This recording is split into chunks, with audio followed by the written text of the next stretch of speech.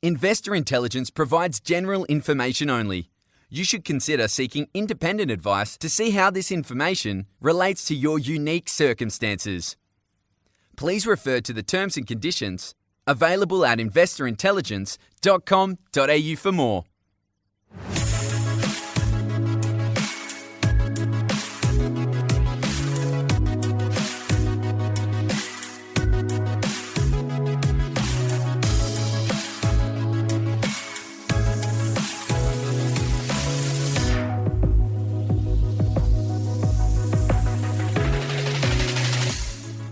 Welcome to this week's episode of Investor Intelligence, your weekly podcast on all things investment, hosted by me, Jacob Kearns.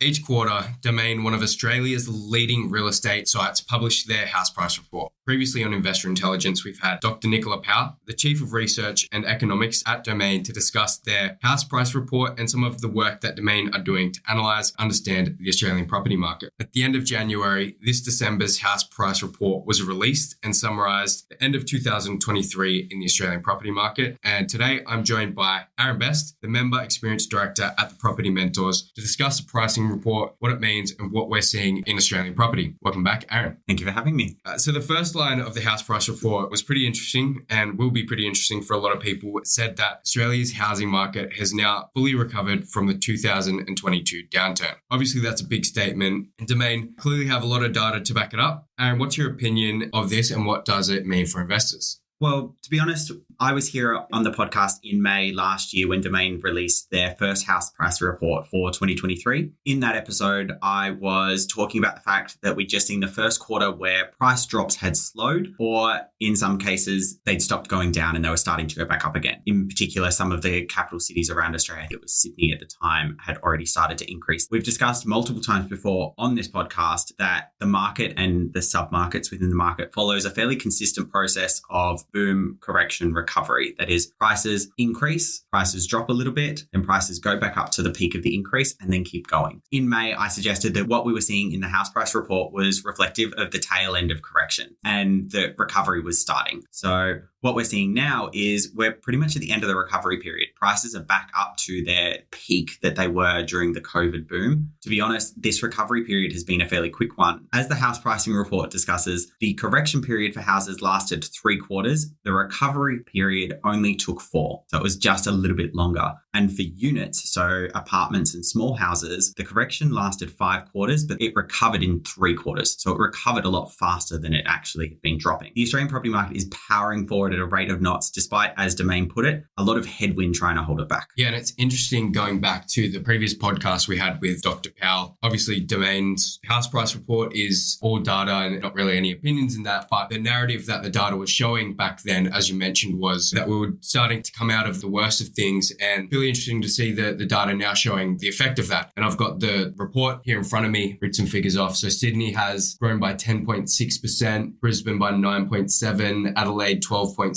Perth 11.9%, and there's been some states like Canberra, which has decreased by a little bit, 4.6%, Hobart 2.5%, a decrease. But overall, most states and territories have grown, and some quite significantly. I've cherry-picked the larger ones. It's really interesting to see. And the interesting thing is that even though you've cherry-picked the larger ones, those larger ones are the largest, most populous cities in Australia. Our cities like Sydney are recovering much faster than the small areas like Canberra. And if you do think about the fact that, for example, post-COVID, working remotely has become a much more acceptable paradigm, including in the public service, and Canberra is mostly public servants. So there's a possibility that the reason Canberra's market isn't recovering as quickly is because less people are needing to travel to Canberra at the moment in the aftermath of COVID. Yeah, that's a good point. I think what's most interesting about these figures is the interest rates are the highest they've been in a long time. So we're still, as we're about to discuss here, facing a lot of headwinds, but 10%, 12%, these are big growth numbers for property. You know, statistically, we only grow about 7 to 7.5% 5% annually in property. That's the average over the last sort of 40 years by Core Logic. So yeah, these numbers are interesting. As you mentioned, the headwinds that Domain point out are quite interesting because they're things that Australians are seeing and feeling the pinch of. Some of these items include stretched borrowing capacities, cost to build blowouts, additional taxes on investors, cost of living pressures, and of course, high interest rates. But as we've mentioned, despite this, property prices are still increasing. Yeah, it is an interesting one because all of these things are coming together to not only dampen growth, but there are a number of other factors that are also driving price growth. So although we do have this cost of living crisis, we've got high interest rates, we've got all of these issues with borrowing capacity because of high interest rates, we are still seeing an increase in population, an increase in overseas migration, and we're also seeing lower supply of property. So there are less sellers entering the market and less developers building new stock. As Domain points out, low supply normally causes a period of rapid price growth, but because of interest rates, because of borrowing capacities and cost of living, we're seeing less buyers that are able to enter the market. And so what would normally be a period of rapid growth is being a little bit tempered at the moment. Yeah, and it's interesting to see that a lot of the things that are slowing down the market at the moment is expected to start to ease, some as soon as this year. So we're experiencing, with the government announcing changes to stage 3 cuts to address the cost of living pressures, a lot of the big 4 banks in Australia are predicting rate cuts as soon as September this year as well, with the Commonwealth Bank predicting 6 rate cuts as soon as mid next year. Yeah, it is going to be an interesting 24. You had Luke on the podcast a few weeks ago talking about what to expect this year. And as he mentioned, one of the big things that will affect the market is people's sentiment. Obviously, if some of these factors are reduced or disappear completely, then the narrative in the news will start to change and the media will start to report the property market differently.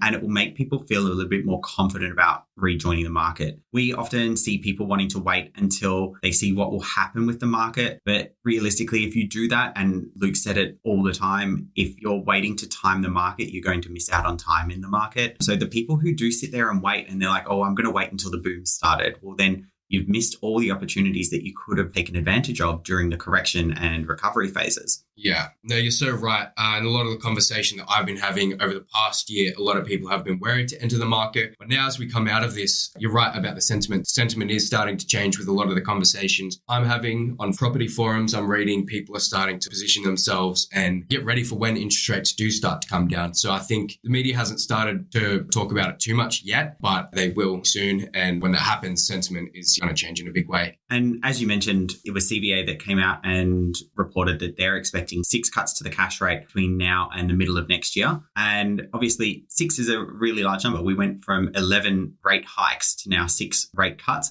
That's a really good opportunity for a lot of investors.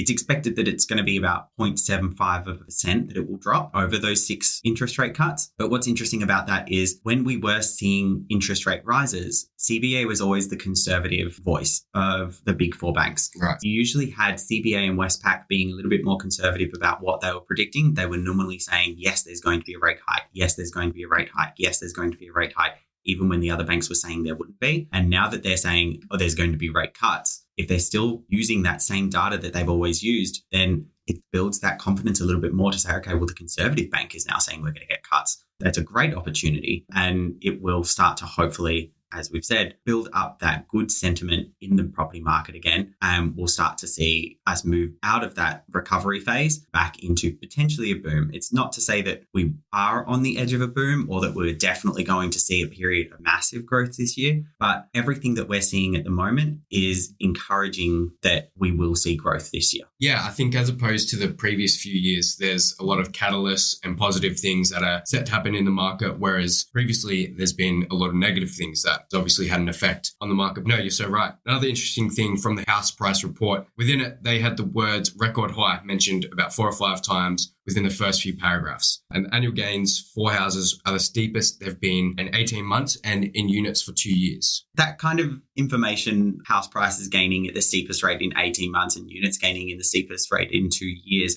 despite all of these things that are pushing back on them, that does bode well for us to see some growth over the next 12 months. As we said, stage 3 tax cuts come in to try and address cost of living, and cash rate cuts come in to help address that the issues with interest rates, and if interest rates come down, that should hopefully also improve people's borrowing capacities. It is important to remember, though, that the words record high in this context, even though they do sound quite an achievement, and they are, it's not saying that it's an extraordinary result. It's saying that these are the highest the prices have ever been, and they are getting there stably. So it's not to say that because they're record highs that it's extraordinary and we're going to see another bust or any kind of price drop just because they're at record highs right now. It's likely that we will continue to see record highs over the next couple of months. Yeah, that's definitely a really good point. So given the current state of the market as Domain has reported it, what are some key insights you think people should be taking away, and what decisions should people be considering within the next few months? Well, my opinion is, as we're seeing, the trajectory is moving up. We've seen periods of growth for 3 or 4 quarters now, and it doesn't look like it's going to abate anytime soon. In actual fact, we're also seeing those things that are trying to dampen pricing are likely to start easing over the course of this year as well. And that's only going to give the market more opportunity to continue to grow. So obviously, as we've always said, getting into the market early is more important than trying to find the best deal at the right time. There's an old example, an old case study that says that if you invest $100 a week for 20 years, you will end up about $5 million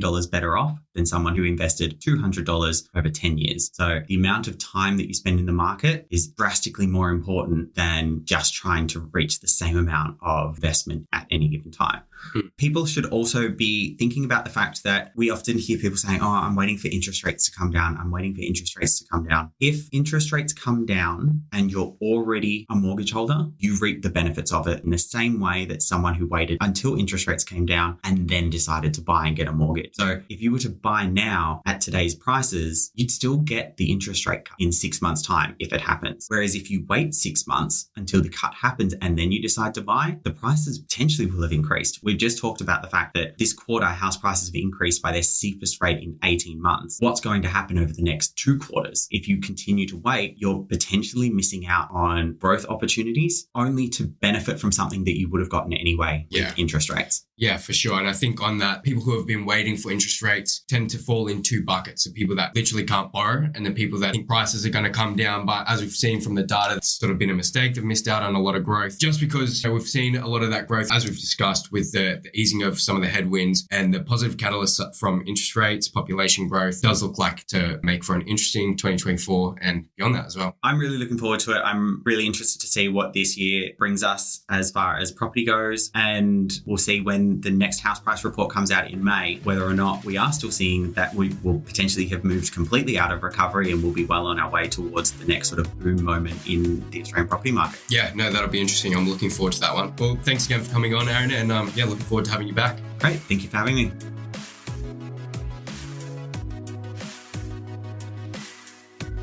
If you found this episode or any of our episodes helpful, please make sure to share and leave a rating to help us reach more people on their investing journeys. And of course, subscribe to be notified when new episodes drop.